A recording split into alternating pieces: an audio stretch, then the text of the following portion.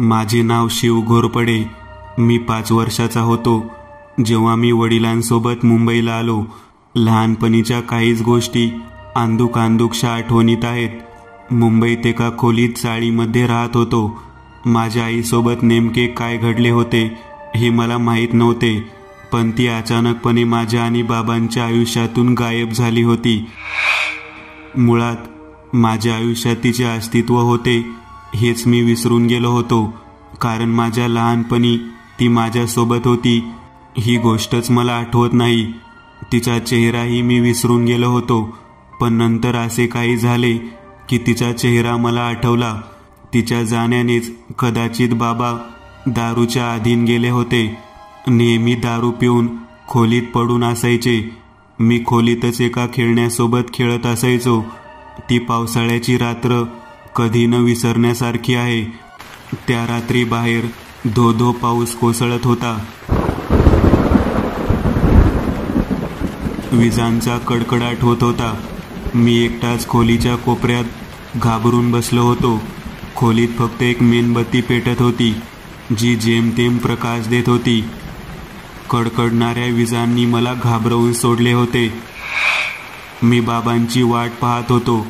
संध्याकाळी मला भूक लागली म्हणून बाबा माझ्यासाठी वडापाव आणण्यासाठी गेले होते, पण रात्र होऊनही ते परत आले नव्हते. अचानक दारावर जोरजोरात थापा पडू लागल्या. त्या थापांनी ते लाकडी दार हालू लागले. मी घाबरलो. कोण आहे मी घाबरून विचारले, पण काहीच उत्तर आले नाही. दारावर त्या थापा पुन्हा पडू लागल्या. मी भीतीने घामाघूम झालो. दारात कोण असेल हा प्रश्न मनात पडला होता. घसा कोरडा पडला होता. तरीही हिम्मत करून विचारले, कोण आहे? तोच बाहेरून आवाज आला, बाळा. तो आवाज बाबांचा होता.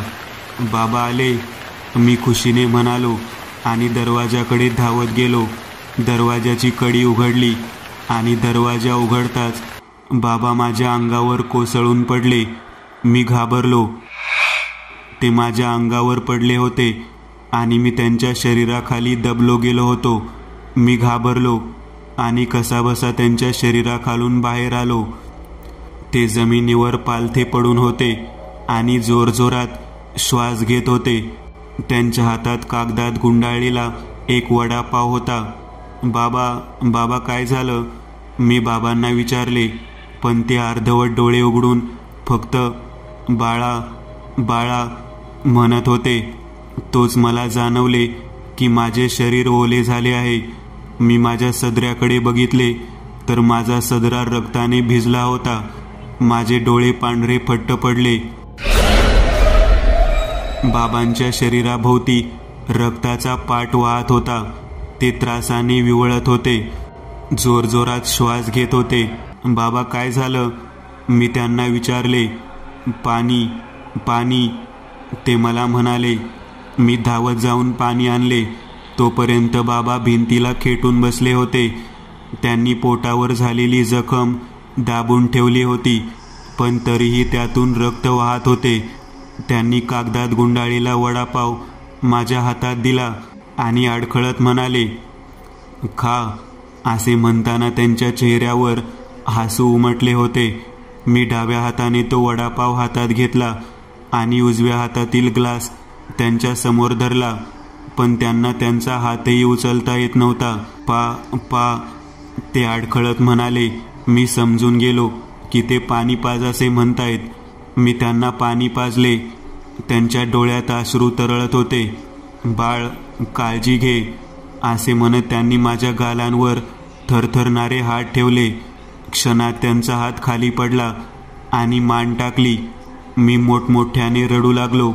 त्यांना उठवायचा प्रयत्न करू लागलो, पण ते काही उठत नव्हते.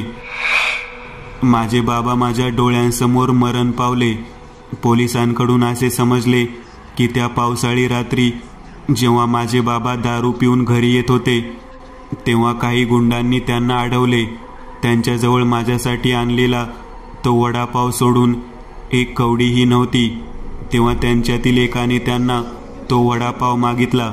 पण त्यांनी जर तो वडापाव त्यांना दिला असता तर मी उपाशी झोपेन याची जाणीव त्यांना होती. त्यामुळे त्यांनी तेथून पळ काढला. पण शुद्धीत नसलेला माणूस पळून पळून किती पळेल. त्यांनी बाबांना पकडले आणि त्यांची आज्ञा मोडून स्वाभिमान दुखावणाऱ्या माझ्या बाबांना त्या गुंडांनी चाकूने भोसकले आणि तिथून पळ काढला. पण बाबा तेथून दवाखान्यात न जाता थेट माझ्याकडे आले, फक्त मी उपाशी पोटी झोपू नये म्हणून. आजही जेव्हा तो प्रसंग आठवतो तेव्हा डोळे अश्रूंनी डबडबतात. माझ्यासाठी त्यांनी प्राणाची आहुती दिली. बाबा मला सोडून गेले होते. मी एकटाच पडलो होतो. पोलिसांनी मला अनाथ आश्रमात दाखल केलं. तेथे 1-2 वर्ष गुलामीत काढली आणि एके दिवशी एका भल्या जोडप्याने अनाथ आश्रम चालवणाऱ्या काकांना काही पैसे देऊन मला दत्तक घेतले. नंतर तेच माझे मम्मी पप्पा झाले. ते दोघेही खूप चांगले होते. मम्मी झोपडपट्टीत एका शाळेत शिक्षिका, तर पप्पा छोटे उद्योजक होते. त्यांचा मुंबईत स्वतःचा टुमदार फ्लॅट होता. मी 21 वर्षाचा होतो जेव्हा पुन्हा एकदा माझ्या नशिबाने मला दुःखाच्या हवाली केले. माझे मम्मी पप्पा ट्रेन ॲक्सिडेंटमध्ये मृत्युमुखी पडले. त्या दुःखातून मी कसेबसे स्वतःला सावरले आणि पप्पांचा व्यवसाय हाती घेतला. थोडे बहुत पैसे कमावले आणि उद्योग वाढवण्यासाठी कर्ज काढून उद्योग वाढवला. 24व्या वर्षी मी माझ्या मैत्रिणीशी लग्न केले. त्यानंतर आमच्या घरी मुलगी झाली. माझी मुलगी आरती. 6 वर्षाची असताना मला व्यवसायात खूप मोठा तोटा झाला. मी कर्जात बुडून गेलो. देणेकरी वाढले. मुंबईतील सावकार वजा गुंडांकडून मला नाना प्रकारच्या धमक्या मिळू लागल्या.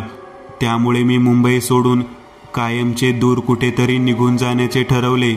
मी पत्नी आणि मुलीसह मुंबई सोडले. नकाशावर साताऱ्याजवळ एक गाव दिसले ज्याचे नाव होते करजखेडा. मी त्या गावात कधीच गेलो नव्हतो, पण जेव्हा त्याचे नाव नकाशावर पाहिले तेव्हा ते नाव पूर्वी ऐकल्याचे भासले. ते फक्त 1000 ते 1500 लोकसंख्येचे गाव होते. एवढ्या छोट्या गावात मला कोणी शोधायला येणार नाही, म्हणूनच मी ते गाव निवडले. बसमधून प्रवास केला आणि रात्रीच्या अंधारात करजखेडा गावच्या पाटीवर पोहोचलो. मी घड्याळात बघितले. रात्रीचे 10 वाजले होते. बस चालकाने गाडी करजखेडा पाटीवर थांबवली. कंडक्टरने घंटी वाजवली. चला करजखेडा, तो ओरडला. मी पिशव्या उचलल्या आणि बायको मुलीसह बसमधून खाली उतरलो. तेथे जवळच मला एक बोर्ड दिसला ज्यावर लिहिले होते करजखेडा 3 किमी, म्हणजे तिथून गाव 3 किलोमीटर अंतरावर होते. पावसाळा असल्याने आभाळात ढग दाटले होते आणि गार वारा वाहत होता. गावची पाटी अगदी सामसूम होती. मी विजेरी चालू करून इकडे तिकडे बघत होतो. गावची पाटी अगदी निर्जन होती. आम्ही काही वेळ तिथे थांबून गावात जाणाऱ्या वाहनांची वाट पाहू लागलो. मात्र अर्धा तास उलटून गेला तरी तिथून एकही गाडी गेली नाही. पावसाची भीती होती, कारण आभाळात विजा कडाडत होत्या. त्यामुळे दुसरा पर्याय नसल्याने मी आणि माझ्या पत्नीने गावापर्यंत चालत जाण्याचा निर्णय घेतला. मी सर्व सामान उचलले आणि माझ्या पत्नीने आरतीला कडेवर घेतले आणि आम्ही गावाकडे पायी निघालो. 4-5 मिनिटे चालल्यावर दूरवर एका वडाच्या झाडाखाली पांढरा धूर दिसला. माझ्या बायकोने तिथे विजेरी चमकावली. तेव्हा त्या वडाच्या झाडाखाली धोतर आणि कुर्ता घातलेला एक 60तला माणूस बिडी ओढताना दिसला. आम्ही त्याच्याकडे गेलो. बोला पाहुणं, कोणाच्या घरी जायचं आहे तुम्हाला? आम्हाला जवळ येताना पाहून त्या अनोळखी व्यक्तीने विचारले. आम्ही मुंबईवरून आलो आहोत. या गावात काही दिवस राहायचे ठरवले आहे. इथे एखादे घर भाड्याने मिळेल का? मी त्याला म्हणालो, इथले लोकच 1-2 खोलीत राहतात साहेब. ते तुम्हाला भाड्याने घर कुठले देणार? तो आम्हाला म्हणाला. हे ऐकून आम्हाला थोडे वाईट वाटले. तेव्हा तो माणूस म्हणाला, आहे माझा एक वाडा आहे जो काही महिन्यांपासून बंद आहे. तुम्हाला राहायचे असेल तर तुम्ही तेथे राहू शकता. तो मला म्हणाला. वाडा हा शब्द ऐकूनच मला वाटले की वाडा भाड्याने घेणे परवडेल का, म्हणून मी माझ्या पत्नीकडे पाहिले. पण त्या माणसाला माझी अडचण समजली. साहेब, तुम्ही निश्चिंत राहा, तुम्हाला जेवढे पैसे द्यायचे आहेत तेवढे द्या, कारण असे पण तो वाडा रिकामाच पडला आहे. तुम्ही तेथे राहाल तर किमान त्या वाड्याची काळजी तरी घ्याल. तो माणूस म्हणाला. पण तुमचा वाडा आहे कुठे? मी त्या माणसाला विचारले. हे काय, बाजूलाच तर आहे. तो माणूस म्हणाला. त्याने वडाच्या झाडामागे इशारा केला. मी तिकडे विजेरी चमकावली. रस्त्याच्या काही मीटर अंतरावर विजेरीच्या प्रकाशात मला त्या वाड्याचे कुंपण दिसले. तो माणूस आम्हाला वाड्याच्या दिशेने घेऊन गेला. गेट खोलून आम्ही आत प्रवेश केला. तो एक दुमजली माळवदाचा वाडा होता. त्याने त्याच्या जवळील चावीने कुलूप उघडले आणि वाडा उघडला. आम्ही आत प्रवेश केला. आत अंधार होता. त्या माणसाने वाड्यातली लाईट लावली आणि आम्हाला पूर्ण वाडा फिरून दाखवला. वाड्यात 7 मोठमोठ्या खोल्या होत्या. एक मोठे स्वयंपाकघर पण होते. तो वाडा एवढा प्रशस्त होता की माझी बायको माझ्या कानात म्हणाली, इथे राहणे परवडेल का आपल्याला? भाडे किती आला? मी त्या माणसाला विचारले. म्हणलं ना, तुम्हाला जेवढे द्यायचे आहे तेवढे द्या. तो म्हणाला, 3000 चालेल का? माझी बायको म्हणाली, हो नक्की चालेल. तो हसत हसत म्हणाला, चला मी येतो आता. असे म्हणत तो माणूस चालला होता की तोच माझ्या पत्नीने मला हाताच्या कोपऱ्याने खुणावले आणि त्याला सर्व सांगायला सांगितले. मी त्या माणसाला सांगितले की कर्जामुळे मी मुंबई सोडली आहे आणि त्यामुळे मी इथे राहायला आलो आहे. हे कोणालाही कळू नये, अगदी गावातील लोकांनाही. अगदी निश्चिंत राहा, मी कोणालाही सांगणार नाही. तो माणूस म्हणाला आणि आम्ही निवांत झालो. मी त्याला ॲडव्हान्स दिला, पण त्यांनी तो मला परत केला. त्यानंतर मी त्यांना काही पैसे दिले आणि उद्या गावातून येताना आमच्यासाठी किराणा आणण्याची विनंती केली. त्यावर त्या माणसाने आम्हाला होकार दिला. जाताना तो आम्हाला स्वतःचे नाव सांगून गेला. त्याचे नाव प्रतापराव होते. मी प्रतापरावांना माझे नाव सुधीर आणि बायकोचे नाव स्वाती सांगितले. मी मुद्दाम त्यांना खोटी नावे सांगितली होती. काही वेळाने प्रतापराव निघून गेले. आम्ही दोघेही खुश होतो, कारण जेमतेम पैशात आम्हाला तो प्रशस्त वाडा भेटला होता. विजेची आणि पाण्याची कसलीही समस्या नव्हती. खाली एक मोठा हॉल, स्वयंपाकघर आणि देवघर होते. स्वयंपाकघरात काही भांडी होती जी स्वयंपाक करण्यासाठी पुरेशी होती. दुसऱ्या मजल्यावर 5 बेडरूम होत्या. मी आणि माझ्या पत्नीने त्यातील एक खोली साफ केली. त्या खोलीत एक लाकडी पलंग होता. मी आणि माझी बायको आमच्या मुलीसोबत त्या पलंगावर झोपलो. रात्री 3:30च्या सुमारास मला एका लहान मुलीचा आवाज आला. ती मोठमोठ्याने हसत होती. दुसरीकडे मला माझी छातीही थोडी जड वाटत होती. म्हणूनच मी माझे डोळे उघडले आणि बघितले तर एक 5-6 वर्षाची मुलगी माझ्या छातीवर बसली होती. तिचा चेहरा फुगलेला होता. तिचे ओठ अर्धवट होते आणि त्यातून रक्त वाहत होते. जणू कोणीतरी ते खाल्ले असतील. ती विद्रूप मुलगी माझ्याकडे बघून दात विचकून हसत होती. तिचे डोळे लाल होते. डोळ्याभोवती काळी वर्तुळे होती आणि केस भिजलेले आणि लांब होते. मी घाबरलो, कारण ती मुलगी सामान्य मुलीसारखी दिसत नव्हती. जणू काही लहान मुलाच्या वेशात माझ्या समोर सैतान आला होता. मी घाबरलो होतो. तू कोण आहेस? मी तिला विचारले. एवढ्या लवकर तू मला विसरलास? शिव, ती मुलगी मला घोगऱ्या आवाजात म्हणाली. कोण आहेस तू? मी तिला विचारले. तशी ती क्रोधाने लाल झाली. तुला माझ्यासोबत यावे लागेल, असे ओरडून तिने माझा गळा दाबण्यास सुरुवात केली. माझा श्वास अडखळत होता. मी माझा गळा तिच्या हातून सोडवण्याचा प्रयत्न करत होतो, पण त्या मुलीची पकड खूप मजबूत होती. मला वाटले हा माझा शेवटचा दिवस आहे आणि मी आता मरेन. या भीतीने मी त्या मुलीला जोरात ढकलले. तशी ती उडून पलंगावरून खाली पडली आणि मी जोरात श्वास घेत उठलो आणि जमिनीवर पाहिले तर ती गुडघ्यांवर रांगत बेडखाली गेली. ए, कोण आहेस तू? मी बेडवरून मोठ्याने ओरडलो. माझा आवाज ऐकून माझी बायको उठली. अरे काय झाले? माझ्या पत्नीने मला विचारले. मी तिला सांगितले की एका भूतमुलीने मला मारण्याचा प्रयत्न केला होता आणि ती पलंगाखाली लपलेली आहे. हे ऐकून माझी बायकोही आधी घाबरली.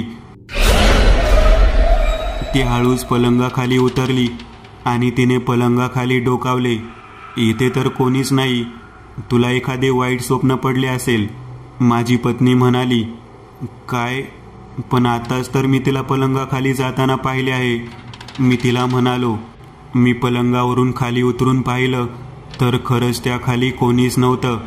मला वाटले की कदाचित मी एखादे स्वप्न बघितले असेल, त्यामुळेच मी तो प्रकार विसरलो आणि पलंगावर जाऊन झोपलो. दुसऱ्या दिवशी दिवसभर आकाश काळ्याकुट्ट ढगांनी झाकलेले राहिले. बाहेर विजांच्या कडकडाटासह मुसळधार पाऊस पडत होता. मी बेडरूममध्ये पलंगावर पडून होतो.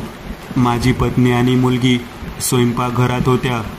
तोच मला एका लहान मुलीचा आवाज ऐकू येऊ लागला, जो मी काल रात्री ऐकला होता. शिव, ये शिव, बाहेर ये ना.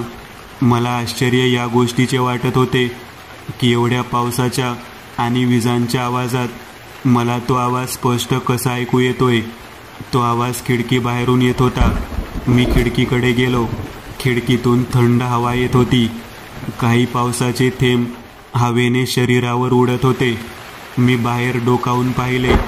अंगणात पावसाच्या पाण्याने जणू लहान तळे साचले होते. तोच मला पुन्हा एकदा तो आवाज ऐकू आला. शिव, ये ना बाहेर. कधीपासून तुझी वाट बघतीये मी. तो आवाज अंगणातल्या आंब्याच्या झाडावरून येत असल्याचा भास मला झाला. मी त्या आंब्याकडे बघितले. त्या झाडाकडे बघितल्यावर न जाणे मला अस्वस्थ वाटू लागले. असे वाटू लागले की कोणीतरी त्या झाडावर लपून माझ्यावर लक्ष ठेवत आहे. तो आवाज त्याच लहान मुलीचा होता, जिने स्वप्नात रात्री माझ्या छातीवर बसून मला मारण्याचा प्रयत्न केला होता. तोच मला त्या झाडाच्या एका फांदीवर एक विचित्र आणि भयावह लहान मुलगा दिसला. त्याचे पूर्ण शरीर पांढरे शिपट होते आणि तो माझ्याकडे रागीट नजरेने बघत होता. माझ्या हृदयाचे ठोके वाढले. तो मुलगा कोण आहे असा प्रश्न मला पडला. एवढ्या अंधाऱ्या आणि पावसाळ्या रात्री कोणता मुलगा आंब्याच्या झाडावर असे बसेल हे मला कळत नव्हते. इतक्यात मला माझ्या बायकोने आवाज दिला. मी मागे वळून बघितले. ती दरवाजात उभी होती. काय झालं? मी तुला घाबरवलं का? माझ्या चेहऱ्यावरील भीतीचे भाव बघून तिने मला विचारले. नाही, तू नाहीस. त्या झाडावर असे बोलत मी वापस खिडकीकडे वळलो आणि आंब्याच्या झाडावर बघितले तर तो मुलगा तेथून गायब झाला होता. काय त्या झाडावर? माझ्या बायकोने विचारले. झालेला प्रकार माझ्या बायकोला कसा सांगावा हे मला समजत नव्हते, कारण ती माझ्या बोलण्यावर विश्वास ठेवणार नाही असे मला वाटले. ती मला जेवण्यासाठी स्वयंपाकघरात बोलावत होती. सकाळी प्रतापराव सामान देऊन गेला होता, त्यामुळे जेवणाचा प्रश्न आता मिटला होता. आम्ही दोघेही स्वयंपाकघरात गेलो, पण आरती तिथे नव्हती. माझी बायको तिला स्वयंपाकघरातच सोडून मला बोलावण्यासाठी आली होती. आम्ही आरतीला आवाज दिला, पण ती कसलेच उत्तर देत नव्हती. लपून बसली असेल. तू जेवायला बस, मी तिला शोधते, माझी बायको मला म्हणाली. मी जेवायला बसलो आणि माझी बायको तिला शोधण्यासाठी गेली. मी जमिनीवर जेवायला बसलो, पण इतक्यात मला दरवाजाच्या चौकटीत कोणीतरी उभे असल्याचा भास झाला. मी तिकडे बघितले तर चौकटीत आरती उभी होती. ती भिजली होती आणि तिच्या फ्रॉकमधून जमिनीवर पाणी टपकत होते. ती माझ्याकडे बघून स्मितहास्य करत होती. आरती, तू भिजलीस कशी? मी तिला विचारले, पण ती तरीही माझ्याकडे बघत होती. मी माझ्या बायकोला आवाज दिला. ती तेथे आली. मी आरतीला विचारत होतो की तू कशी भिजलीस, पण ती काहीच उत्तर देत नव्हती. आरती, काय झालं? तू भिजलीस कशी आणि तू बाहेर पावसात गेली होतीस का? मी आरतीला पुन्हा एकदा विचारले. मी पाण्यात बुडाले असे म्हणत ती तोंडावर हात ठेवून हसू लागली. अच्छा, तुला असे म्हणायचे आहे की तू पावसात भिजलीस? मी म्हणालो, पण मी तर दरवाजा बंद केला होता आणि कडी तिच्या हाताला येत नाही. माझी बायको म्हणाली, तुला काय झालं आहे समजतच नाही. दरवाजा उघडा ठेवला असशील म्हणून तर ती बाहेर जाऊन पावसात भिजली. जा आता तिचे कपडे बदल. मी बायकोला म्हणालो, पण मी खरंच दरवाजा बंद केला होता. माझी बायको मला म्हणाली, बाळ तू बाहेर गेली होतीस का? मी आरतीला विचारले. तशी तिने मान हलवली. बघ, म्हणजे तू दरवाजा उघडाच ठेवला होता. मी बायकोला म्हणालो. तशी ती चिडली आणि तिने आरतीच्या गालात चापट मारली आणि म्हणाली, किती वेळा सांगितले बाहेर जायचं नाही, मग का बाहेर गेलीस? ती आरतीवर ओरडून बोलली.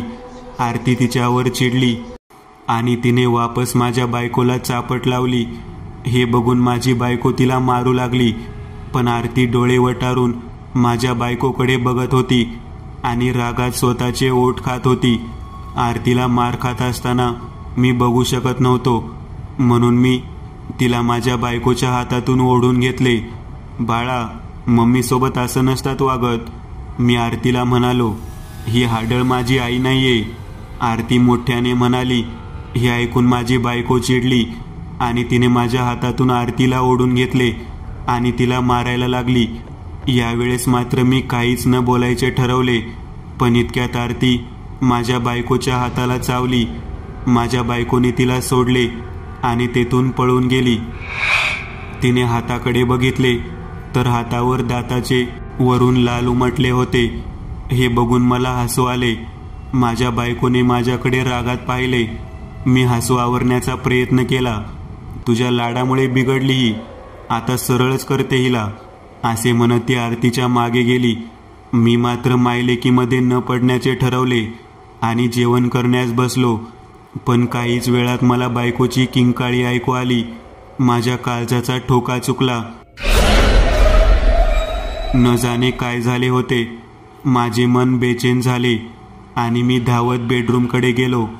जेव्हा मी बेडरूममध्ये पोहोचलो तेव्हा मला दिसले की माझी बायको खिडकीत उभी आहे आणि ती खिडकीतून खाली बघून आरतीचे नाव घेत रडत होती. आरती, काय झालं, का रडत आहेस? मी तिच्या जवळ जाऊन विचारले. आरतीने खिडकीतून खाली उडी मारली आणि ती रडू लागली.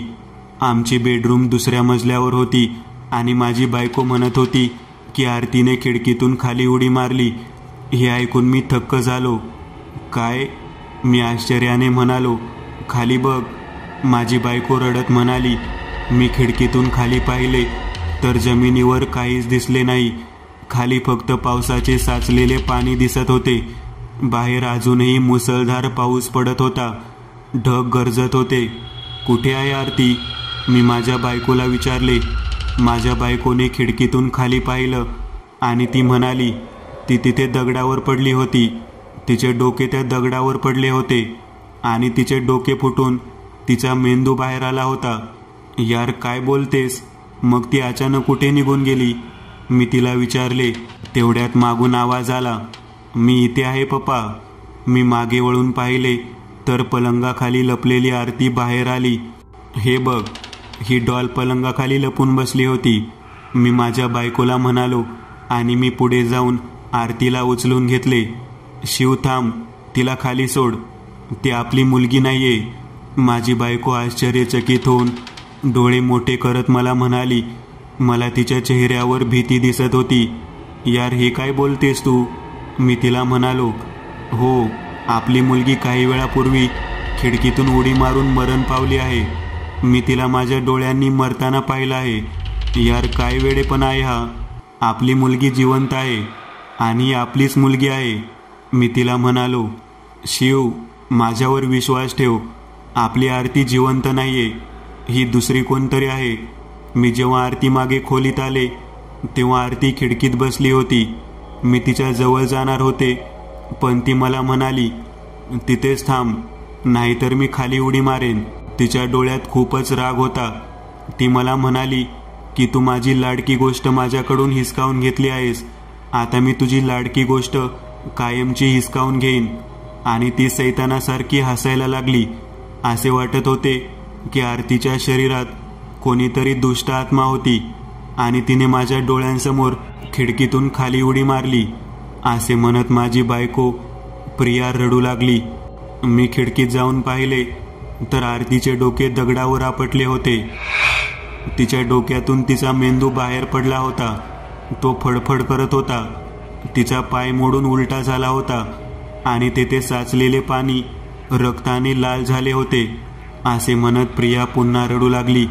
हे बघून मी काही वेळ शांत झालो. तू वेडी झाली आहेस का? तू डोक्यावर आपटलीस का? आपली मुलगी जिवंत आहे आणि तू आपल्या जिवंत मुलीला मारायला बसलीस. मी प्रियाला म्हणालो, तू समजून घेण्याचा प्रयत्न का करत नाहीये? ही आपली मुलगी नाहीये. प्रिया मला म्हणाली, मम्मी तू असं का बोलतेस? मी जिवंत आहे ना, मी तुझीच बेबी आहे ना. आरती रडत म्हणाली, तू माझी मुलगी नाहीयेस, उतर खाली. असे म्हणत प्रियाने माझ्या हातातील आरतीला ओढायचा प्रयत्न केला, पण मी तिला बाजूला ढकलले. आता पुरे झाले, शांत बस, नाहीतर मला नाईलाजाने तुझ्यावर हात उचलावा लागेल. असे म्हणत मी तिथून हॉलमध्ये निघून गेलो. मला काही समजत नव्हते की प्रिया अशी का बोलत आहे. कारण पहिली गोष्ट तर ती खिडकी एवढी उंच होती की आरती तिच्यात चढू शकत नव्हती आणि रूममध्ये एखादी खुर्ची किंवा टेबलही नव्हता की ज्यावर चढून ती खिडकीवर चढली असेल. मी हॉलमध्ये जाऊन खुर्चीवर बसलो आणि विचार करू लागलो. मी टीव्ही चालू केला. तसा तो जुनाच होता आणि बंदही पडला होता, पण मी जुगाड करून ती चालू केली होती. मी DVD चालू केली आणि पिक्चर बघू लागलो. तोच कोणीतरी दरवाजावर थाप मारली. मी उठून दरवाजा उघडला. दरवाजात प्रतापराव होता. कसं काय येणं केलं प्रतापराव? मी प्रतापरावला विचारले. काही नाही, बघावं म्हणलं तुम्हाला कोणत्या गोष्टीची गरज पडली आहे की नाही, म्हणून आलो. प्रतापराव म्हणाला, नाही, सर्व ठीक आहे. मी म्हणालो, खरंच का? प्रतापराव माझ्या चेहऱ्याकडे बघून हसत म्हणाला. त्याचे असे विचारणे मला जरा खटकले. का? ठीक नसू नये का? काही गडबड असायला पाहिजे होती का? मी त्याला म्हणालो, नाही, एवढा मोठा वाडा, त्यात तुम्ही दोघे आणि तुमची लहान मुलगी, त्यातल्या त्यात हा न थांबणारा पाऊस, म्हणून विचारलं. तो स्पष्टीकरण देत म्हणाला.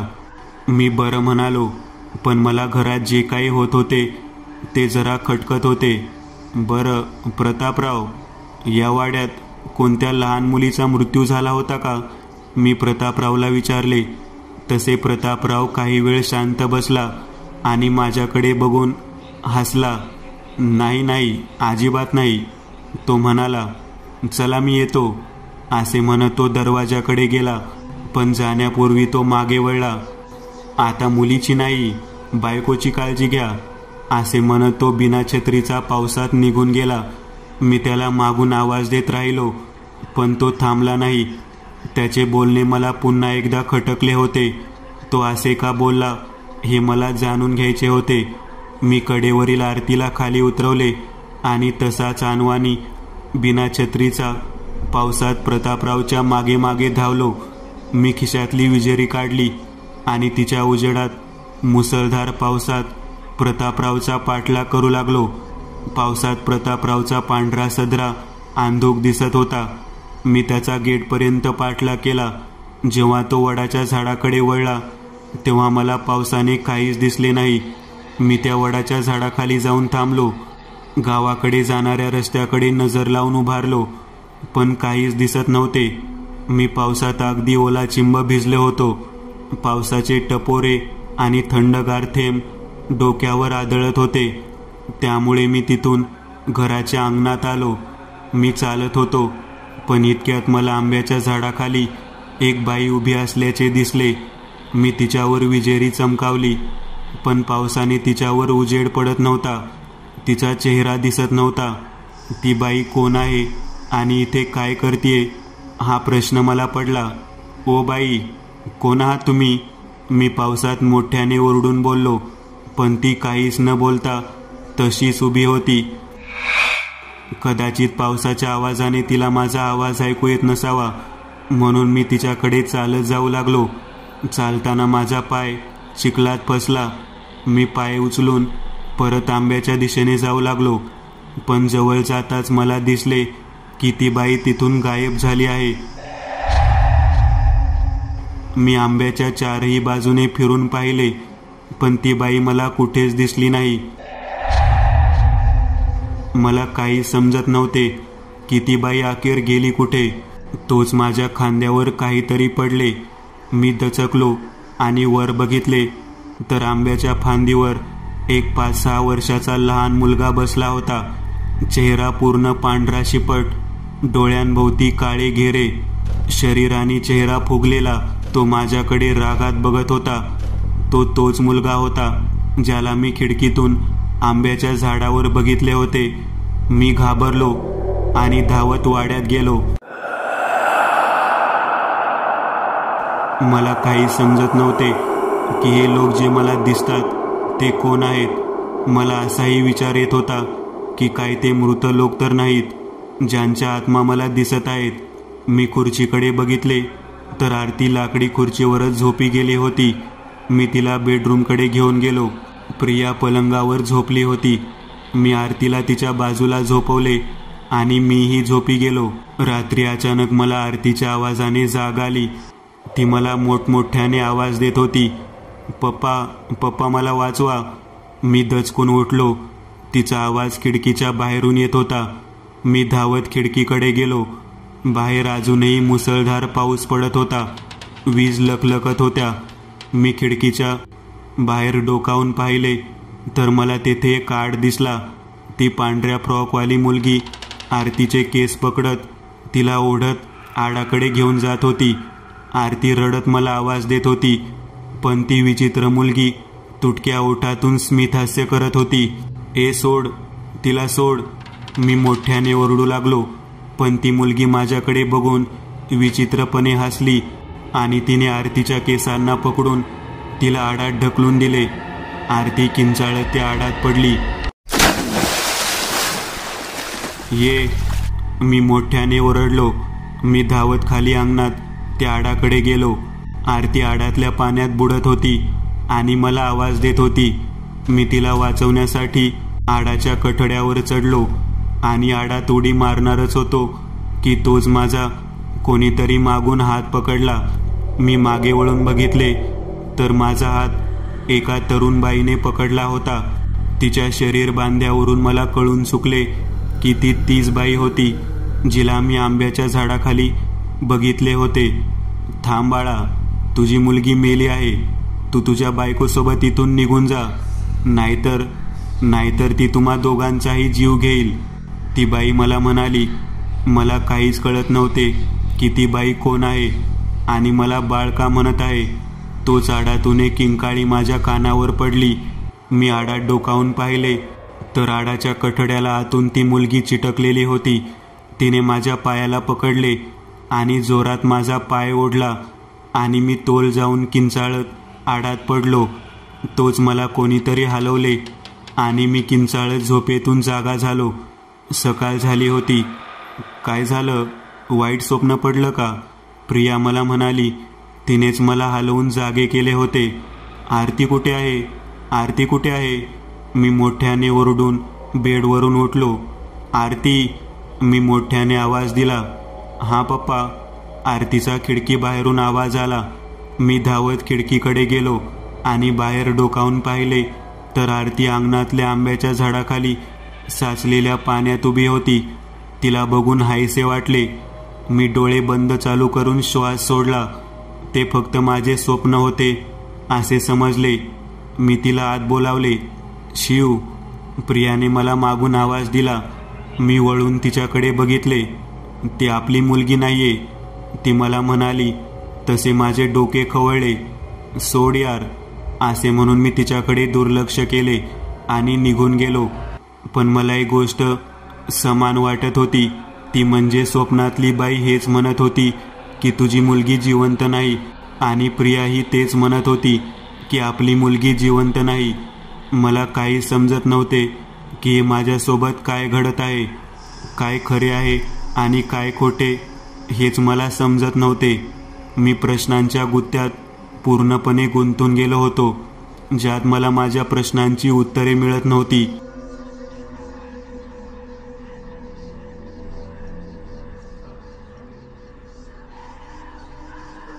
दुपारी मी जेव्हा हॉलमध्ये टीव्ही बघत होतो तेव्हा प्रिया तेथे आली.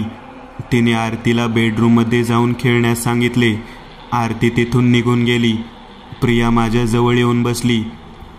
शिव, हा वाडा झपाटलेला आहे, ती मला म्हणाली. प्रिया अगदी तेच बोलली होती जे माझ्या मनात चालले होते. का? मी विचारले. अंगणातल्या त्या आंब्याच्या झाडावर मला काही विचित्र लोक बसलेले दिसतात. ते एकटक माझ्याकडे बघत असतात. त्यातील एक बाई माझ्या स्वप्नात आली. ती मला म्हणत होती की तुझ्या नवऱ्याला इथून घेऊन जा. प्रिया मला म्हणाली. हे ऐकून माझे डोळे मोठे झाले. अजून काय म्हणाली? मी उत्सुकतेने तिला विचारले. तुमची मुलगी आडात बुडून मेली आहे असे म्हणत होती. काय? मी आश्चर्याने म्हणालो. हो, ती म्हणत होती की जेव्हा मी तुला बेडरूममध्ये जेवायला बोलवण्यास आले होते तेव्हा आरती संमोहित होऊन लिलीच्या मागे वाड्याबाहेर गेली आणि तिने आरतीला आडात ढकलून दिले. त्याच क्षणी आरतीचा आडात बुडून मृत्यू झाला. त्यानंतर जेव्हा आरती भिजून स्वयंपाकघरात आली होती तेव्हा तिच्या मृत शरीरात लिलीने प्रवेश केला होता आणि ती आता आरतीच्या शरीरात राहत आहे. म्हणून तर आरती म्हणाली होती की मी पाण्यात बुडाले. प्रिया मला म्हणाली. हे ऐकून मी काही वेळ थक्क राहिलो, पण माझे मन हे मानायला तयार नव्हते की आरती जिवंत नाहीये. तुला भूतांचा डाव माहिती का? मी आरतीला विचारले. कसला भूतांचा डाव? तिने मला विचारले. भूत किंवा अतृप्त आत्मे उद्देश फक्त जिवंत मनुष्यांच्या शरीरावर ताबा करणे असतो. त्यासाठी ते डाव टाकत असतात. वेगवेगळे मानसिक खेळ खेळत असतात. ते मनुष्यांना मानसिकदृष्ट्या अतिशय दुर्बल बनवतात. त्यांच्या आत्म्याला शरीराशी दूर करतात आणि नंतर मनुष्याच्या शरीरावर ताबा मिळवतात. कारण फक्त एकच असतं, अतृप्तपणे भटकत राहण्यापेक्षा मनुष्याच्या शरीरावर ताबा मिळवून अपूर्ण इच्छा पूर्ण करणे किंवा मानवी जीवन जगणे. त्या बाईची आत्मा आपल्याला हे सांगत आहे की आपली मुलगी मेली आहे, जेणेकरून आपण आरतीच्या मृत्यूच्या दुःखात मानसिकदृष्ट्या कमजोर व्हावे. यासाठी ती आत्मा हे सिद्ध करण्याचा प्रयत्न करत आहे की आपली मुलगी आरतीचा मृत्यू झाला आहे. मी तिला म्हणालो, पण तू तर भूतखेतांवर विश्वास ठेवत नाहीस ना, मग आज अचानक तू मला भूताचा डाव कसं सांगतो आहेस? प्रिया मला म्हणाली. माझे बाबा मला सांगत होते की भूत असतात आणि त्यांनीच मला हा भूताचा डाव सांगितला होता. मला त्यावर विश्वास नव्हता, पण आता विश्वास बसतोय. मी तिला म्हणालो, माझ्यावर विश्वास ठेव शिव, आरतीचा मृत्यू झाला आहे. ती काल रात्री माझ्या छातीवर बसली. तिने चाकू माझ्या गळ्यावर लावला आणि मला म्हणाली की जर मी या घरातून तुला सोडून एकटी गेली नाही तर ती माझा जीव घेईल. ती स्वतःचं नाव लिली सांगत होती. प्रिया मला म्हणाली. पण मी प्रियाची कोणतीही गोष्ट ऐकून घेण्यास तयार नव्हतो. आपण उद्या सकाळी या घरातून निघून जाऊ. यापुढे मला आरतीविषयी तुझ्याकडून कोणतीही गोष्ट ऐकून घ्यायची नाहीये, मी प्रियावर ओरडून म्हणालो. तोच माझी नजर आरतीवर पडली. ती दूर जिन्यावर गुपचूप लपून उभारून आमचे बोलणे ऐकत होती. मी तिच्याकडे बघताच ती तिथून निघून गेली. प्रिया रागात तेथून दुसऱ्या मजल्यावर गेली. मी हॉलमधील खुर्चीवर टीव्ही बघत बसलो. आरती तेथे आली. मी तिला मांडीवर घेतले. टीव्ही बघत बघत ती माझ्या मांडीवरच झोपी गेली. माझ्या डोक्यात फक्त एकच विचार चालू होता की काय आरतीचा खरेच मृत्यू झाला आहे की हा फक्त भूतांचा डाव आहे. त्या वाड्यात अतृप्त आत्मे फिरतात हे तर मी समजून गेलो होतो आणि तेथून दुसऱ्या दिवशी निघून जाण्याचा मी विचारही केला होता. विचार करत करत मी झोपी गेलो. पण रात्री अचानक मला जाग आली. टीव्हीवर अचानक मुंग्या येऊ लागल्या आणि तिच्यातून चित्रविचित्र आवाज येऊ लागले. मी टीव्ही जवळ जाऊन टीव्हीवर 2-3 वेळेस हात मारले तेव्हा त्यावर चित्र दिसू लागले. ते बघून माझे डोळे पांढरे पडले. टीव्हीवर बेडरूममधील चित्र दिसत होते. प्रिया बेडवर झोपली होती. तेवढ्यात आरती तिच्या मागील भिंतीवरून सरपटत सरड्यासारखी चालत आली. तिचे केस विखुरलेले होते, डोळे काळे होते. तिने तोंडात चाकू धरला होता. ती टीव्हीतून माझ्याकडे बघून हसली. हे काय होत आहे ते मला काही समजत नव्हते. ती भिंतीवरून खाली पलंगावर उतरली आणि तिने तोंडात ठेवलेला चाकू हातात घेतला आणि तो चाकू तिने प्रियाच्या पोटात भोसकला. प्रियाने डोळे उघडले. काही वेळ हातपाय झटकत तडफडली आणि तिने मान टाकली. हे बघून मी घाबरलो. मी घामाने घामाघूम झालो. टीव्हीवरचे चित्र दिसणे बंद झाले आणि ती खरखर आवाज करत बंद पडली. तेवढ्यात मला माझ्या मागून कोणाच्या तरी पावलांचा आवाज ऐकू आला. मी मागे वळून पाहिले तर माझी मुलगी आरती बेडरूममधून बाहेर धावत जाताना मला दिसली. आरती बेटा, मी आरतीला हाक मारली पण तिने मला उत्तर दिले नाही आणि ती एका अंधाऱ्या खोलीमध्ये गेली. मला भीती वाटत होती की मी टीव्हीवर जे पाहिले ते खरे तर नाही ना. मी घड्याळात पाहिले तर रात्रीचे 3 वाजले होते. एवढ्या रात्री आरती त्या अंधाऱ्या खोलीत एकटी कशी गेली? मी स्वतःशीच म्हणालो. म्हणूनच मी तिच्या मागे त्या खोलीत गेलो. खोलीत अंधार होता. आरती बेटा, कुठे आहेस? मी आरतीला आवाज दिला पण तिने काहीच उत्तर दिले नाही. मी खिशातून लायटर काढला आणि पेटवला. तेवढ्यात एका कोपऱ्यातून चालण्याचा आवाज येऊ लागला. मी लायटर त्या कोपऱ्याकडे वळवला तेव्हा मला आरती एका कोपऱ्यात काहीतरी खाताना दिसली. आरती बाळ, तू काय करतेस तेथे? मी म्हणालो पण ती काहीच उत्तर देत नव्हती. आरती, तू काय करते आहेस? आरती, माझ्या प्रश्नाचे उत्तर दे. मी पुन्हा एकदा तिला बोललो पण ती काही उत्तर देत नव्हती. म्हणूनच मी तिच्याकडे गेलो आणि तिच्या खांद्यावर हात ठेवला. तिने माझ्याकडे वळून बघितले आणि तिला बघताच माझ्या पायाखालची जमीनच सरकली. आरतीचे तोंड रक्ताने माखले होते आणि ती तोंडात मांसाचा तुकडा चावत होती. मी तिच्या हातात पाहिले तर तिच्या हातात रक्ताने माखलेले मानवी हृदय होते. मी तिच्याकडे डोळे विस्फारून पाहत होतो आणि ती माझ्याकडे बघत गूढपणे हसत होती. हे तू काय खात आहेस आरती? मी थरथरत्या आवाजात तिला विचारले. आई, तिने आसुरी आवाजात हसत उत्तर दिले. माझ्या हृदयाची धडधड वाढली आणि मी प्रियाला आवाज देत बेडरूमकडे धाव घेतली. आणि जेव्हा मी बेडरूममध्ये पोहोचलो तेव्हा मी पाहिले की पलंगावरील गादी रक्ताने माखली होती आणि प्रियाचा मृतदेह बेडवर पडलेला होता. वारंवार चाकूच्या वाराने तिच्या पोटाची चाळणी झाली होती. तिचे डोळे फुटलेले होते आणि खोबण्यातून रक्त वाहत होते. तोंड उघडे होते पण त्यात जीभ नव्हती. आरतीने तिच्या नरडीचा घोट घेतला होता आणि गळ्याचे मांस चावून खाल्ले होते आणि तिथे फक्त घशाचे हाड उरले होते. ते दृश्य पाहून मी ओकारी केली. मी तिच्याजवळ गेलो. मी तिला उठवण्याचा प्रयत्न करत रडत होतो पण तिचा मृत्यू झाला होता. मी खोलीत आजूबाजूला पाहिले पण मला कोणीच दिसले नाही. तेव्हा छतावरून माझ्या हातावर कसला तरी चिकट पदार्थ पडला. मी छताकडे पाहिले तर छताला तीच लहान मुलगी चिकटून बसली होती जी पहिल्या दिवशी माझ्या छातीवर बसली होती आणि जिने मला मारण्याचा प्रयत्न केला होता. ती पूर्ण ओली झाली होती. तिचे शरीर फुगलेले होते. पोट कुरतडले गेले होते. कोण आहेस तू आणि माझ्या बायकोला का मारलंस? मी तिला विचारले. तशी ती जोरात हसायला लागली आणि तिने छतावरून खाली उडी मारली.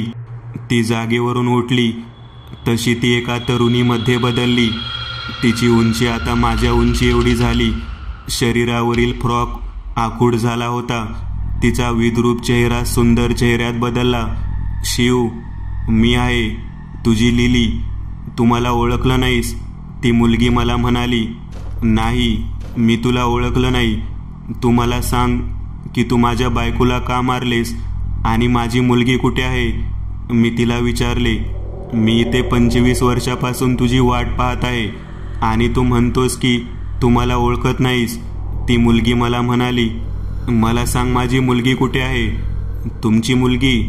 असं म्हणत ती हसायला लागली. तुझी मुलगी मेली आहे. तुझ्या बायकोने तुला सांगितले ना आज. मी तिला आडात बुडवून मारले असे म्हणत ती पुन्हा हसायला लागली. कोणत्या आडात? मी आश्चर्याने विचारले, कारण मी वाड्याचा सर्व परिसर पाहिला होता, पण तेथे कोणताच आड किंवा विहीर नव्हती. तोच आड ज्यात तुम्हाला ढकलले होते, मी तिला त्याच आडात बुडवून मारले. ती म्हणाली. हे ऐकून माझ्या डोळ्यात पाणी आले. मी माझी पत्नी आणि मुलगी दोन्ही गमावले होते. मला राग आला आणि त्या मुलीला मारण्यासाठी मी तिचा गळा पकडून तिचा गळा दाबायला सुरुवात केली, पण त्या मुलीला काहीच होत नव्हते. तू मला मारू शकत नाही शिव, कारण माझा 20 वर्षापूर्वीच मृत्यू झाला आहे. ती म्हणाली. मी तुला कोणत्याही आडात ढकलून दिलेले नाही. असे म्हणत तिचा जीव घेण्यासाठी मी तिचा गळा दाबू लागलो.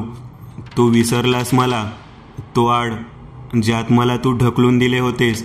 चल, आज तुला त्याच आडात घेऊन जाते. 20 वर्षापासून मी त्या आडात एकटीच आहे.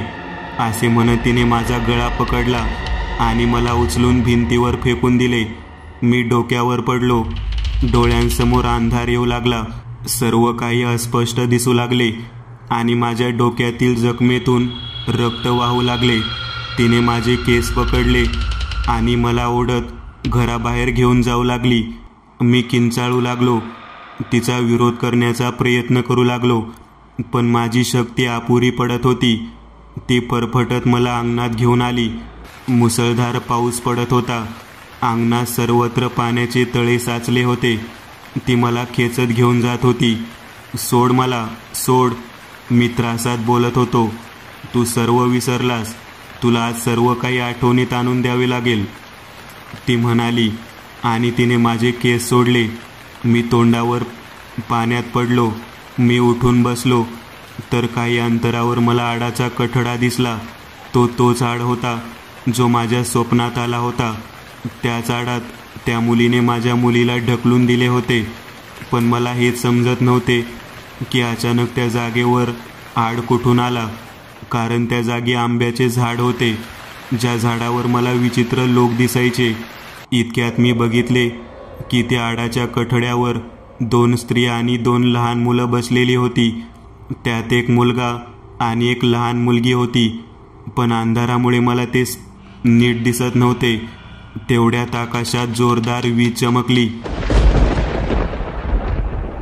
आणि ती भूत मुलगी लिली एकाच जागी थांबली. पण त्याच वेळी विजेच्या लखलखाटात मला सर्व लोकांचे चेहरे दिसले.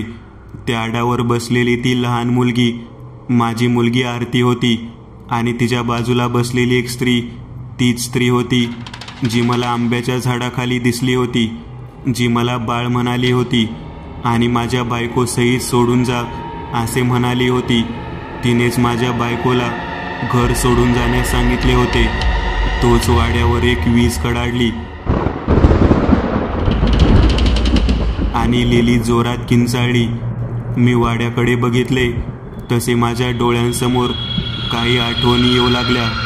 तो वाडा तोच होता ज्यात मी लहानपणी वाढलो होतो. मला त्या आडावर बसलेल्या बाईचा चेहरा आठवू लागला. त्या आठवणीत मी तिला आई म्हणत होतो. माझ्या डोळ्यांसमोर 20 वर्षापूर्वी घडलेल्या सर्व गोष्टी समोर येऊ लागल्या.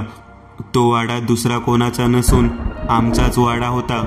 20 वर्षापूर्वी मी 5 वर्षाचा असताना माझे मामा मामी आमच्या वाड्यात आले. माझ्या मामाची मुलगी लिलीही त्यांच्यासोबत आली होती. लिली आणि मी खूप चांगले मित्र होतो. आम्ही एकमेकांत खूप जास्त मिसळायचो. माझे वडील आणि मामा तसेच आमच्या घरच्यांनी लिलीसोबत लहानपणीच माझे लग्न जमवले होते. मामांनी माझ्या वडिलांना शब्द दिला होता की लिली मोठी होताच ती आमच्या घरी सून म्हणून येईल. लहानपणी जेव्हा आम्ही मुलांमध्ये खेळायचो तेव्हा लग्नाचा खेळ आम्ही आवडीने खेळायचो. मी आणि लिली नवरा नवरी व्हायचो. माझ्या काकांचा मुलगा मुकुंद बामण असायचा आणि बाकीची मुले पाहुणे असायचे. मला तो दिवस आठवला ज्या दिवशी माझ्या दुःखी आयुष्याची कथा लिहिली गेली आणि माझे कुटुंब अस्ताव्यस्त झाले. त्या दिवशी मी आणि लिली दोघे अंगणात खेळत होतो. घरातील सर्व सदस्य एकत्र जेवत होते, पण लिलीने आड बघताच तिकडे जाण्याचा हट्ट केला. लिली, त्या आडात एक हाडळ राहते जी लहान मुलांना खाऊन टाकते. मी तिला म्हणालो. कोण म्हणालं? आई, पप्पा, काका सर्वजण सांगतात की त्या आडात एक हाडळ आहे. अरे वेड्या, हाडळ वगैरे काही नसतं. ते फक्त आपण विहिरीकडे जाऊ नये म्हणून आपल्याला भीती दाखवतात. चल आता माझ्यासोबत, असे म्हणत ती माझा हात पकडून मला त्या आडाकडे घेऊन गेली. ती आडाच्या कठड्यावर चढली आणि विहिरीत डोकावून पाहू लागली. मी घाबरून दूरच उभारलो होतो. अरे इकडे ये, बघ, आत कोणतीच हाडळ किंवा भूत नाही, लिली मला म्हणाली. मी काही वेळ नकार देत शेवटी आडाच्या कठड्यावर चढलो. मी आत डोकावून पाहू लागलो. पाण्याच्या पृष्ठभागावर पाण्याची हालचाल होताना दिसू लागली. त्यात मला एक काळी आकृती दिसू लागली. मी त्या आकृतीकडे बघू लागलो. तितक्यात मनात विचार आला की ती कदाचित हाडळ आहे आणि माझे डोळे पांढरे शिपट पडले. तोच मला खांद्यावर कोणाचा तरी स्पर्श जाणवला. मी पटकन भीतीने माझ्या खांद्यावर हात लावला आणि झटका दिला. तोच लिली तोल जाऊन आडात पडली. लिलीने अचानक माझ्या खांद्यावर हात ठेवला होता, त्यामुळे मी घाबरून तिचा हात झटकला आणि ती तोल जाऊन पाण्यात पडली. ती पाण्यात पडलेली पाहून मी पहिल्यांदा घाबरलो, पण जेव्हा लिली पाण्यावर हातपाय मारू लागली आणि ओरडू लागली तेव्हा मला असे वाटायला लागले की ती पाण्यात पोहत आहे. त्यामुळे टाळ्या वाजवू लागलो. वा लिली, तू तर पोहायला शिकली, असे म्हणत मी टाळ्या वाजवू लागलो. पण काहीच वेळात लिली पाण्याखाली गेली. ती परत वर आलीच नाही.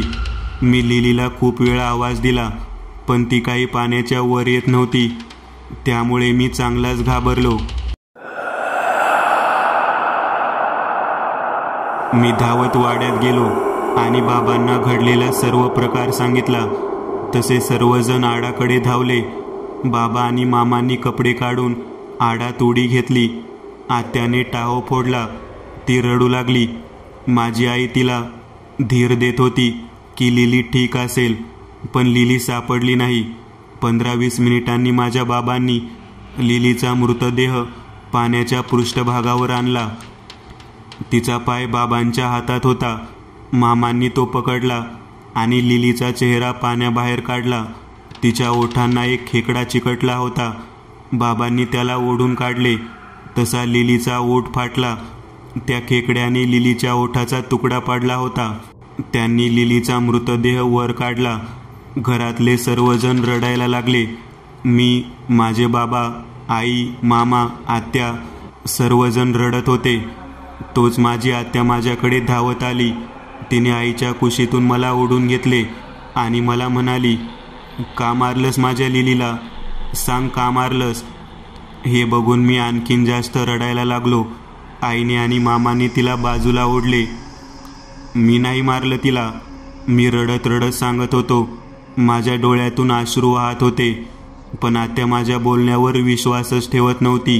काही वेळाने गावातील सर्व नातेवाईक जमा झाले आणि ते लिलीचा मृतदेह घेऊन कुठेतरी निघून गेले. मला गावातील एका वृद्ध बाईच्या घरी ठेवले. लिलीच्या मृत्यूच्या 2-3 दिवसानंतर एके दिवशी मी अंगणात खेळत होतो. तोच मला दिसले की मला माझे कोणी असल्याचा भास झाला. मागे वळून पाहिले तर ती आत्या होती. चेहरा रागाने लालबुंद, डोळ्यात राग आणि डोळ्यांखाली काळी वर्तुळे, केस विस्कटलेले, असा तिचा अवतार खूपच भयानक होता. तिला पाहून मी घाबरलो, पण मला काही समजायच्या आतच तिने माझे तोंड हाताने दाबले आणि मला उचलले.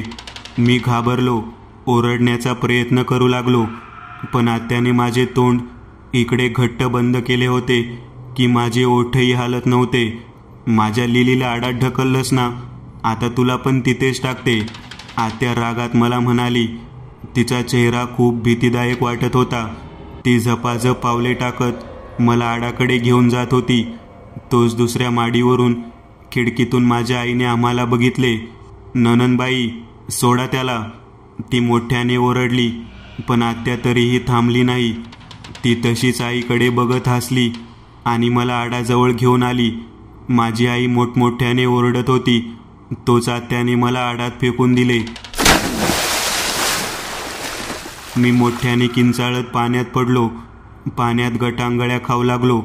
आडाच्या कठड्यावरून आत डोकावून आत्या माझ्याकडे बघत होती. ती मला गटांगळ्या खाताना बघून हसत होती. तोच मी पाण्यात बुडालो. डोळ्यांसमोर फक्त पाणी होते. पाणी नाकात तोंडात गेले. मी तरफडू लागलो आणि बुडत आडाच्या तळाला गेलो. माझे डोळे बंद झाले. जेव्हा डोळे उघडले तेव्हा मी दवाखान्यात अतिदक्षता विभागात होतो. मी जसा तसा वाचलो होतो. त्यानंतर काही दिवसांनी मी वाड्यात गेलो. यावेळेस त्या वाड्यात काहीतरी अनैसर्गिक असल्याचा भास मला होत होता. नेहमी कोणत्या ना कोणत्या भीती वाटायची. मी जेव्हा एकटा असायचो तेव्हा असे वाटायचे की कोणीतरी मला आवाज देत आहे. लिलीच्या मृत्यूला 23 दिवस झाले होते. त्या रात्री घरी फक्त मी आणि माझी आई होतो, कारण माझे बाबा आणि आमचा नोकर पांडू कामाच्या निमित्ताने शेतात गेले होते. मी आईसोबत बेडवर झोपलो. इतक्यात मला लिलीचा आवाज ऐकू आला. शिव, शिव इकडे ये, मी आलीये. मी मान उचलून दरवाजाकडे बघितले तर दरवाजात लिली उभी होती. इकडे ये, तिने हळू आवाजात मला इशारा करत तिच्या जवळ बोलावले. लिलीला बघून मी तसा आश्चर्यचकित झालो होतो. मी उठून लिलीकडे गेलो. ती पूर्णपणे ओली झाली होती. चॉकलेट खाशील का, लिलीने मला विचारले. हो, चल माझ्यासोबत, ती म्हणाली आणि चालायला लागली. मी तिच्या मागोमाग चालू लागलो. पण चॉकलेट्स कुठे आहेत, मी चालत चालत तिला विचारले. आडात, तिने उत्तर दिले. ते ऐकून मी घाबरलो. मला घाबरलेले पाहून ती म्हणाली, आडात पाण्याच्या खाली चॉकलेटचे घर आहे आणि तुम्हाला हवे तितके चॉकलेट तू खाऊ शकतो. लिलीने मला चॉकलेटची फूस लावली. मीही तेव्हा लहान होतो, त्यामुळे तिच्या बोलण्यात आलो. आम्ही दोघेही आडाजवळ पोहोचलो. लिली आडाच्या कठड्यावर चढली. तिच्या मागोमाग मीही कठड्यावर चढलो. पण इतक्यात न जाणे माझी आई तिथे कशी काय पोहोचली. तिने मला मागून हाक मारली. शिव, बाळा खाली उतर, आडावरून खाली उतर. तिचा चेहरा घाबरलेला होता. मी तिच्याकडे बघितले तेव्हा ती आश्चर्याने आणि भीतीने आम्हा दोघांकडे बघत होती. शिव, पटकन आडात उडी मार, ती मला म्हणाली. तोच माझी आई आमच्या दिशेने धावू लागली. लवकर कर, नाहीतर मामी आपल्याला पकडतील आणि तुला चॉकलेट घर खायला नाही मिळणार, लिली मला म्हणाली. मी आडात डोकावून पाहिले. आत पूर्ण काळोख होता. मी तिला आडात उडी मारण्यास नकार दिला तशी ती माझ्यावर ओरडली. उडी मारतोस का तुला ढकलून देऊ, ती मला म्हणाली. मी घाबरलो. तू आधी मार, मी तुझ्या मागे मारतो, मी तिला म्हणालो. तशी लिलीने आडात उडी मारली. मी खूप घाबरलो होतो. तोपर्यंत माझी आई तेथे आली. तिने मला कडेवर घेतले आणि तेथून मागे वळली की तोच आई किंचाळली. मी तिच्या मागे बघितले तर तिचे केस लिलीने पकडले होते. आता ती पूर्णपणे बदलली होती. तिची चामडी फुगली होती. चेहऱ्याचे मांस गळून गेले होते. ओठ तुटलेले होते. ती खूप भीतीदायक दिसत होती. ती माझ्या आईचे केस ओढत होती. आई किंचाळली आणि तिने मला खाली उतरवले. बाळा पळ, पळ इथून आणि लवकर देवघरात जाऊन लप, मी मागून येते. मी लगेच तेथून धावत सुटलो. ते थेट देवघरात जाऊन गणपतीच्या मूर्तीमागे लपलो. तोच मला माझ्या आईच्या वेदनादायक किंकाळ्या ऐकू आल्या आणि काही वेळाने तिने आरडाओरडा करणे बंद केले. त्यानंतर लिली वाड्यात आली. ती देवघराच्या उंबऱ्यासमोर उभी होती आणि मला बाहेर बोलावत होती. पण मला कळून चुकले होते की ती लिली नाही, तिची आत्मा आहे. तिने खूप बोलावूनही मी देवघराच्या बाहेर गेली नाही. सकाळ झाली. बाबा घरी आले तेव्हा मी त्यांना रात्री घडलेला सर्व प्रकार सांगितला. जेव्हा आम्ही विहिरीवर गेलो तेव्हा आम्हाला माझ्या आईचा मृतदेह पाण्यावर तरंगताना दिसला. आई आम्हाला कायमची सोडून गेली होती. लिलीने तिचा जीव घेतला होता. त्यानंतरच एका ब्राह्मणाने आम्हाला सांगितले की लिलीची आत्मा त्या वाड्यात आणि आडात फिरत आहे. जो कोणी या वाड्यात राहील ती त्या सर्वांचा जीव घेईल. आणि त्यानंतर माझ्या फक्त हेच लक्षात राहिले की मी आणि माझ्या बाबांनी ते गाव सोडले आणि मुंबईला गेलो. आईच्या निधनानंतर बाबा खूप एकटे पडले होते. त्यांच्या स्वप्नात नेहमी आई यायची. त्यामुळे आई आणि त्यांचे दुःख विसरण्यासाठी वडील दारूच्या आहारी गेले. तोच आभाळात वीज कडाडली आणि मी शुद्धीवर आलो.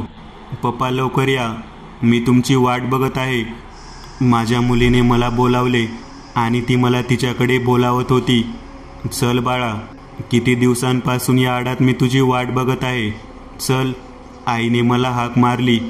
तोच माझ्या मुलीने घराच्या खिडकीकडे बघितले आणि म्हणाली, मम्मा तू का तेथे एकटी उभी आहेस, इकडे ये माझ्याकडे. मी खिडकीकडे बघितले तर खिडकीत माझी बायको प्रिया उभी होती. माझ्या मुलीने हाक मारताच तिने मागचा पुढचा विचार न करता थेट खिडकीतून खाली उडी मारली. मी मोठ्याने ओरडलो. ती जमिनीवर आपटली आणि माझ्या हृदयाचा ठोका चुकला. उठ प्रिया, इकडे ये, लिली प्रियाकडे बघत म्हणाली. तशी प्रिया उठली. तिच्या पायांचे आणि खांद्याचे हाड मोडले होते, तरीही ती तशीच वाकडे तिकडे शरीर करत चालत होती. लिली मला पुन्हा ओढू लागली आणि मला विहिरीकडे फरफटत घेऊन जाऊ लागली. इतक्यात पुन्हा एकदा आकाशात जोरदार वीज चमकली आणि लिली पुन्हा एकदा थांबली. आडाच्या काठावर बसलेल्या माझ्या आईने, आरतीने, दुसऱ्या बाईने आणि तिच्या मुलाने वीज कडाडताच आडात उडी घेतली. मी प्रियाकडे बघितले तर ती पण थांबली होती. त्या दोघांच्याही चेहऱ्यावर भीती दिसत होती. कदाचित ते सर्व मृत लोक चमकणाऱ्या विजांना घाबरत होते, म्हणून तर त्यांनी आडाच्या काठावरून पाण्यात उडी घेतली. काही 5-6 सेकंदानंतर लिली पुन्हा एकदा मला ओढू लागली. आई, आरती, दुसरी बाई आणि लहान मुलगा ते सर्व वापस आडाच्या कठड्यावर येऊन बसले आणि प्रिया विहिरीकडे सरकू लागली. लिली प्लीज मला सोडून दे, मला मरायचं नाहीये, प्लीज मला सोडून दे. मी लिलीला माझ्या आयुष्याची भीक मागत होतो, पण लिलीला माझी दया आली नाही. लिलीने मला खेचत आडाजवळ आणले.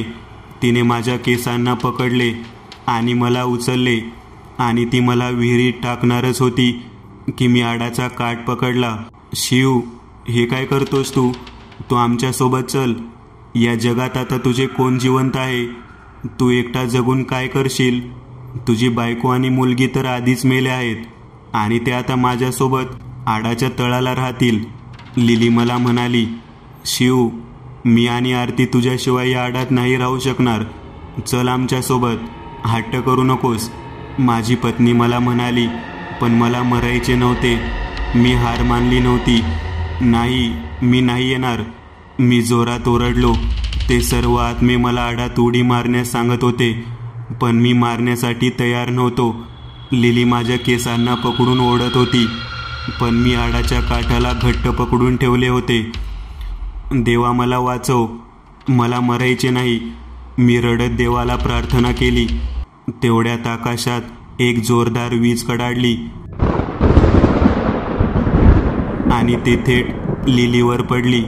सर्व आत्मे घाबरले, त्रासाने किंचाळू लागले. लिलीचा आत्मा विजेच्या ऊर्जेने जळू लागली, त्रासाने किंचाळू लागली. तिच्याबरोबर सर्व आत्मे आगीत जळू लागले.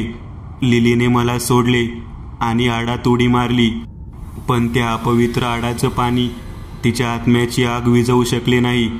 मी त्या राक्षसी आडापासून दूर झालो. काही वेळात लिलीचा आवाज कायमचा बंद झाला. कठड्यावर जळणारे बाकी इतर आत्म्याची राग झाली आणि तो आड अचानक गायब झाला आणि तेथे आंब्याचे झाड उगवले. मी माझी पत्नी आणि मुलगी गमावली होती. आतापासून मी त्या दोघांना कधीच पाहू शकणार नाही.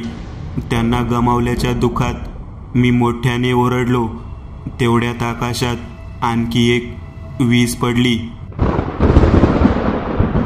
आणि मी शुद्धीवर आलो. मी तेथून निसटण्याचा विचार केला आणि मी त्या वाड्यातून धावत सुटलो. मी त्या वटवृक्षाखाली आलो ज्याच्या खाली मी पहिल्यांदा प्रतापरावला बघितले होते. "आहो साहेब, कुठे चाललात?" मला त्या वटवृक्षावरून प्रतापरावांचा आवाज ऐकू आला. जेव्हा मी वर पाहिले तेव्हा माझ्या अंगावर काटा उभा राहिला, कारण प्रतापरावांचा मृतदेह त्या वटवृक्षाच्या फाट्याला लटकलेला होता. कदाचित त्यांचा मृत्यू खूप वेदनादायक होता, कारण ती वेदना त्याच्या चेहऱ्यावर स्पष्टपणे दिसत होती. मी खूप घाबरलो होतो, कारण प्रतापरावचाही मृत्यू झाला होता. तिथून मी गावाच्या फाट्याकडे धावत सुटलो. जोपर्यंत अंगात ताकद होती तोपर्यंत मी धावतच राहिलो. पण काहीच वेळात मी कमजोरीने चक्कर येऊन त्या काळोख्या निर्जन रस्त्यावर पडलो आणि बेहोश झालो. जेव्हा माझे डोळे उघडले तेव्हा मी एका वाटेवर पडलो होतो. एक माणूस माझ्या बाजूला बसून मला उठवत होता. "साहेब, तुम्ही ठीक तर आहात ना?" त्याने मला विचारले. "हो," मी उत्तर दिले. तो माणूस ढाबा चालवायचा जो त्या रस्त्याला लागूनच होता. तो मला त्याच्या ढाब्यावर घेऊन गेला. त्याने मला विचारले की मी वाटेत कसा काय पडलो. त्याला काय उत्तर द्यावे हे मला सुचत नव्हते. पण माझ्यासोबत जे काही घडले होते ते माझ्या मनात दाबून ठेवणे मला शक्य वाटत नव्हते. त्यामुळे माझे मन हलके करण्यासाठी मी ते सांगायचे ठरवले. तेव्हा मी त्याला माझ्यासोबत घडलेली संपूर्ण घटना सांगितली. लिलीने त्या प्रतापरावांनाही सोडले नाही. तिने प्रतापरावांना फाशी देऊन मारले, मी त्या माणसाला म्हणालो. तेव्हा तो माणूस म्हणाला, "साहेब, कदाचित तुम्हाला अजूनही घटना समजलेली नाही. प्रतापरावांचा मृत्यू 20 वर्षापूर्वीच झाला आहे." हे ऐकून मी पूर्णपणे आश्चर्यचकित झालो. मला विश्वास बसत नव्हता की प्रतापराव आधीच मरण पावले होते. पण त्यांचा मृत्यू कसा झाला? "काय, तुम्हाला काहीच माहीत नाही?" "नाही, तो प्रतापराव तुमचा काका होता." "काय, माझे काका?" "हां, हो, तो तुमच्या वडिलांचा सावत्र भाऊ होता. तुमचे वडील पहिल्या बायकोपासून होते.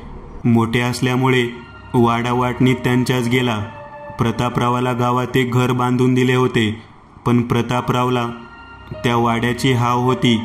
लिलीच्या मृत्यूनंतर जेव्हा तुझी आई वारली तेव्हा सगळ्यांना कळून चुकले की लिलीची आत्मा त्या वाड्यात आहे. याच गोष्टीचा फायदा प्रतापरावने घेण्याचे ठरवले. त्याने खंडोजी ब्राह्मणाला पैशाची लालूच दिली आणि तुझ्या वडिलांना या गावातून हाकलून देण्याची सुपारी दिली. खंडोजीने खूप मोठी गोष्ट बनवून तुझ्या वडिलांना गाव सोडण्यास भाग पाडले. त्या काळी अंधश्रद्धाही मोठ्या चरणसीमेवर होती. त्यामुळे तुझ्या वडिलांनी त्याच्या बोलण्यावर विश्वास ठेवला. पण खंडोजीने माझ्या बाबांना काय सांगितले की त्यांनी हे गावच सोडले. खंडोजी एके दिवशी वाड्यावर आला. वाड्याच्या अंगणात पाऊल ठेवताच तो घामाने डबडबला. त्याने अंगणात आडाच्या बाजूला पूजा मांडली आणि ध्यानस्थ झाला आणि काहीच वेळात तो बेहोश झाला. जेव्हा तो शुद्धीवर आला तेव्हा तो तुझ्या वडिलांना म्हणाला, "महादेवराव, तिची आत्मा हितच आहे. ती तुम्हाला आणि तुमच्या पोराच्या रक्ताची तहानलेली आहे आणि जोपर्यंत ती तुम्हा दोघांचा जीव घेत नाही तोपर्यंत तिला मुक्ती मिळणार नाही. मग आता काय करावं? तुम्हाला जगायचं असेल तर इथून कुठेतरी दूर निघून जावं लागेल." "पण पूजा केल्याने ही बाधा दूर व्हायची नाही का?" "नाही, तुम्ही जिथं जाल तिथं ती तुमचा पिच्छा करील. ती आजच्या रात्री तुम्हा दोघांना संपवून टाकणार आहे," असं ती मला म्हणाली. "मी हा वाडा सोडून जाईल. तुम्ही गाव जरी सोडून दिले तरी तुम्हाला ती शोधून काढेल. पण यावर एक पर्याय आहे." "कसला पर्याय?" "मी आज एक पूजा करेल आणि तिला नारळात बंद करून ठेवेल. तोपर्यंत तुम्ही इथून दूर कुठेतरी निघून जा, जिथंही बाधा तुम्हाला शोधू शकणार नाही. आणि आयुष्यात वापस कधीच इकडे फिरकू नका. काय बोलताय हे? कळतंय का तुम्हाला? माझं घरदार, शेत, पुढारी पण सगळं इथलं आहे आणि तुम्ही मला हे सगळं एका रात्रीत सोडून जायला सांगता. तुमच्या आणि तुमच्या मुलाच्या जीवापेक्षा तुम्हाला तुमची संपत्ती आणि पुढारीपणा महत्त्वाचा आहे का? बायको तर आधीच गमावली, आता फक्त पोरगं उरलं मागं तुमच्या. बघा तुमचं तुम्ही. जगायचं असेल तर एवढा एकच उपाय आहे, खंडोजी म्हणाला आणि आपले बस्तान उचलून तिथून निघून जाण्याचे नाटक करू लागला. तोच तुझ्या वडिलांनी तुझ्या आणि स्वतःच्या जीवाची काळजी केली आणि त्यांनी खंडोजीला होकार दिला. त्या रात्री खंडोजीने तेथे खूप मोठी ढोंगी पूजा चालवली आणि तुझे बाबा आपली सगळी संपत्ती त्यांच्या सावत्र भाऊ म्हणजे प्रतापरावला कवडी मोल विकून तुम्हाला घेऊन कायमचे निघून गेले. त्यानंतर कोणीही कधीच तुमच्याविषयी आणि महादेवरावविषयी ऐकले नाही. प्रतापराव त्याच्या कपटी चालेत यशस्वी झाला होता, पण हळूहळू ही गोष्ट अख्ख्या गावात पसरली की प्रतापरावने कपटाने खंडोजीच्या मदतीने महादेवरावांची संपत्ती बळकावली होती. हे ऐकून मला लहानपणीचा एक प्रसंग आठवला, जो मला आणि माझ्या बाबांना भिकाऱ्यासारखे जगवण्यास कारणीभूत होता. बाबा आणि मी मुंबईला जाण्यासाठी रेल्वेतून प्रवास करत होतो. गर्दी खूप होती. मी आणि बाबा झोपी गेलो, पण जेव्हा आम्ही जागे झालो तेव्हा बाबांनी बघितले की आमची पिशवी गायब आहे. त्याच पिशवीत जमीन विकलेले सर्व पैसे आणि सोने नाणे होते. असो, या सर्व घटनांना फक्त आणि फक्त प्रतापरावांचा लोभ आणि कपटीपणा कारणीभूत होता. मला जाणून घ्यायचे होते की पुढे प्रतापरावांसोबत काय झाले, पुढे त्या धूर्त माणसासोबत काय झाले. मी त्या माणसाला विचारले. पुढे तो तुमच्या वाड्यात राहायला गेला. त्याच्या दुसऱ्या दिवशीच प्रतापरावचा मुलगा बेपत्ता झाला.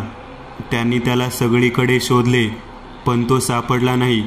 पण जेव्हा आडातून पाणी शेंदण्यासाठी त्याची बायको आडावर गेली तेव्हा तिला तिच्या लहान मुलाचा मृतदेह आडाच्या पाण्यावर तरंगताना दिसला. लिलीने प्रतापरावच्या लहान मुलाचा जीव घेतला होता, पण प्रतापराव हे मानायला तयार नव्हता की लिलीने त्याचा जीव घेतला आहे. तो भूताकेतांवर विश्वास ठेवत नव्हता, म्हणूनच त्या वाड्यात राहायला गेला होता. त्याचा मुलगा गेल्याच्या तिसऱ्या दिवशीच त्याची बायकोही त्या आडात बुडून मरण पावली. बायको आणि मूल गेल्यानंतर जणू काही त्याची जगण्याची इच्छाच हरवून बसली होती, कारण त्याचे आपल्या पत्नीवर आणि मुलावर खूप प्रेम होते आणि कारण लग्नाच्या 25 वर्षानंतर त्यांच्या घरी एक मूल जन्माला आले होते. याच तणावात त्याने वाड्याबाहेरील रस्त्याच्या कडेला असलेल्या वडाच्या झाडाला गळफास लावून जीवनयात्रा संपवली. त्याच्या मृत्यूनंतर गावकऱ्यांनी रात्री वाड्याकडे फिरकायचे बंद केले, कारण त्या वाड्याच्या आडावर त्यांना लिली आणि प्रतापरावची बायको आणि मुलगा बसलेले दिसत असे. प्रतापरावची आत्माही तेथेच भटकते. गावकऱ्यांनी त्या आडाला घाबरून तो आड दगडमातीने बंद करून बुजवून टाकला आणि त्यावर आंब्याचे झाड लावले. तो आंबा खूप मोठा आहे, पण आजही रात्री जेव्हा कोणी पाठीवरून गावात जात असताना वाड्याकडे बघते तेव्हा त्याला तेथे आंब्याचे झाड दिसत नाही. दिसतो तर तो सैतानी शापित आड आणि त्या आडावर बसलेले अतृप्त आत्मे. त्या माणसाने सांगितले. हे सर्व ऐकून मी खूप थक्क झालो होतो. त्या शापित आडाचे आणि वाड्याचे रहस्य मला उलगडले होते. मी तसा या जगात एकटाच उरलो होतो, अनाथ झालो होतो. तेव्हापासून आजपर्यंत मी एकटाच भिकाऱ्यासारखा इकडे तिकडे भटकत असतो. जे मिळेल ते खात असतो, कारण माझ्याकडे जगण्याचे कोणतेही कारण नाहीये. मित्रांनो, आज पुरतं एवढंच. तुम्हाला जर काही गोष्ट आवडली असेल तर नक्की लाईक करा. तुमच्यापैकी बरेचसे जण व्हिडिओ लाईक न करताच पळून जातात, पण हा जर व्हिडिओ तुम्ही लाईक केला तर मला जरा बरं वाटेल आणि असेच भारी भारी व्हिडिओ बनवायची माझ्यात एनर्जी येईल. त्यामुळे नक्की लाईक करा आणि अजूनही कोणी या चॅनलला सबस्क्राईब केलेलं नसाल तर लगेच सबस्क्राईब करून टाका आणि बाजूची घंटी ती मात्र दाबायला विसरू नका. देवाची घंटी आहे ती. चला तर मग पुन्हा भेटूया अशीच एक आगळी वेगळी गोष्ट घेऊन पुढच्या